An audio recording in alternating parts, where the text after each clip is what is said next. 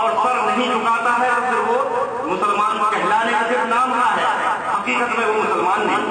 اللہ وحدہ لا شریک نے ارشاد فرمایا یا ایھا الذین آمنوا اطیعوا اللہ واطیعوا الرسول، اے ایمان والو اللہ کی بات کو مانو، اللہ کی اطاعت کرو اور نبی کریم صلی اللہ علیہ وسلم کی اطاعت کرو، وَأُولِي الْأَمْرِ مِنکم، اور جو تمہارے حکمران ہیں، مسلمان حکمران ہیں جو قرآن و حدیث پر عمل کرنے والے ہیں، ان کی پیروی کریں۔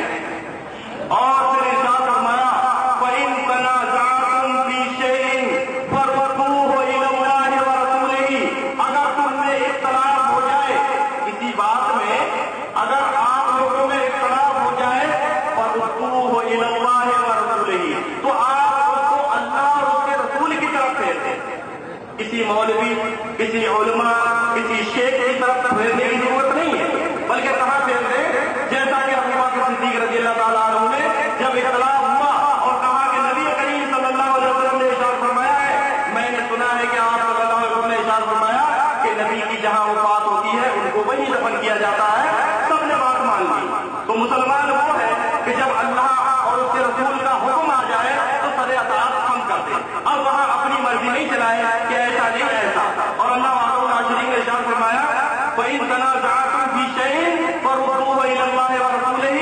إِن كُنتُمْ تُؤْمِنُونَ بِاللَّهِ وَالْيَوْمِ الْآخِرِ، اگر تم اللہ اور یوم آخرت پر ایمان رکھتے ہو تب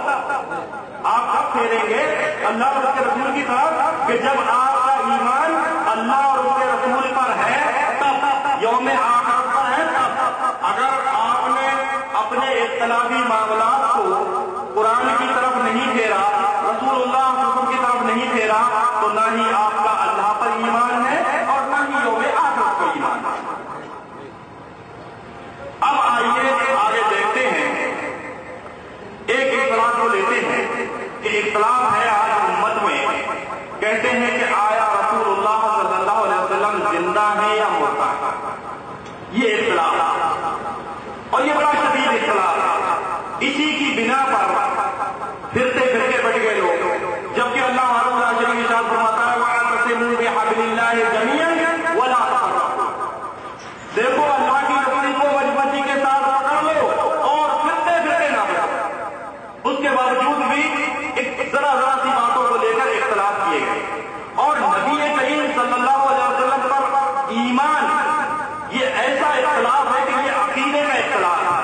اور عقیدے کے اختلاف کو لازمی مسلمانوں کو چاہیے کہ اس کو بیٹھ کر حل کرنا چاہیے، اور وہ حل تبھی ہوگا جبکہ اس کو اللہ کے قرآن اور رسول اللہ صلی اللہ علیہ وسلم کے فرمان کی طرف پھیرا جائے۔ اب دونوں پارٹیوں کی اپنی دلیلیں آتی ہیں۔ ایک پارٹی کہتی ہے کہ اللہ کے رسول صلی اللہ علیہ وسلم زندہ ہیں، ان کو مردہ مت ہو، وہ زندہ۔ دلیل دیتے ہیں، قرآن کی آیت پڑھتے ہیں وَلَا تَقُولُوا لِمَن يُقْتَلُ فِي سَبِيلِ اللَّهِ أَمْوَاتٌ بَلْ أَحْيَاءٌ وَلَٰكِن لَّا تَشْعُرُونَ، یہ دلیل دی جاتی ہے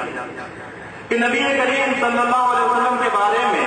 یا شہیدوں کے بارے میں وَلَا تَقُولُوا لِمَن يُقْتَلُ فِي سَبِيلِ اللَّهِ أَمْوَاتٌ، کہ جو اللہ کی راہ میں مارے گئے تم ان کو مردہ مت کہو، بل احیاء، بلکہ وہ زندہ ہے، بلکہ وہ زندہ ہے، وَلَٰكِن لَّا تَشْعُرُونَ، لیکن آپ کو شعور نہیں ہے، لیکن آپ کو شعور نہیں ہے۔ دوسری آیت پڑھی جاتی ہے وَلَا تَحْسَبَنَّ الَّذِينَ قُتِلُوا فِي سَبِيلِ اللَّهِ أَمْوَاتٌ بَلْ أَحْيَاءٌ عِندَ رَبِّهِمْ يَرْزُقُونَ، کہ جو اللہ کی راہ میں مارے گئے ان کو مردہ مت سمجھو، وہ زندہ ہے اور اللہ کے نزدیک ان کو رزق دیا جا رہا ہے۔ یہ آیتیں پڑھی جاتی ہیں۔ دوسری پارٹی آیتیں پڑھتی ہے قرآن کی، بہت ساری آیتیں، جیسے کل نفس ذائقۃ الموت، کہ ہر نفس کو موت کا مزہ چکھنا ہے۔ دوسری آیت پڑھی جاتی ہے کہ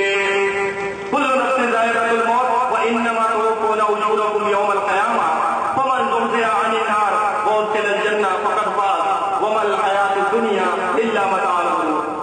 یہ آیت پڑھی جاتی ہے۔ تیسری آیت ہے، چوتھی، بہت ساری آیت ہیں جو کہ اللہ وحدہ لا شریک نے اس طرح کی آیتیں قرآن میں ہیں۔ اب سمجھایا جاتا ہے، ایک آیت اور پڑھی جاتی ہے کہ والذین یدعون من دون اللہ،